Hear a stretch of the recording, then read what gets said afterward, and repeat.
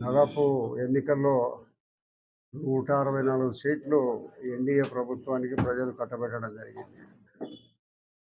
ఈ ప్రజలందరూ కూడా ఈరోజు కౌన్సిలర్లు కానీ, మిగతా మాజీ కౌన్సిలర్లు కానీ, మాజీ ఎమ్మెల్యేలు కానీ, మాజీ మండల ప్రెసిడెంట్ కానీ, వీళ్ళందరూ కూడా ఈ రాష్ట్రం తెలుగుదేశం పార్టీతోనే అభివృద్ధి సాధ్యమవుతుందని ఒక మంచి ఆలోచనతో చాలామంది పార్టీలో చేరే వాళ్ళు ఉన్నారు. ఇక్కడనే కాకుండా బయట ప్రాంతాల్లో నుంచి కూడా కొంతమంది ఎమ్మెల్యేలు కూడా చేరాలని కూడా, నాకు కూడా ఒక మాజీ ఎమ్మెల్యే గారు టచ్లో ఉన్నాడు, మాట్లాడితే చేరతానని.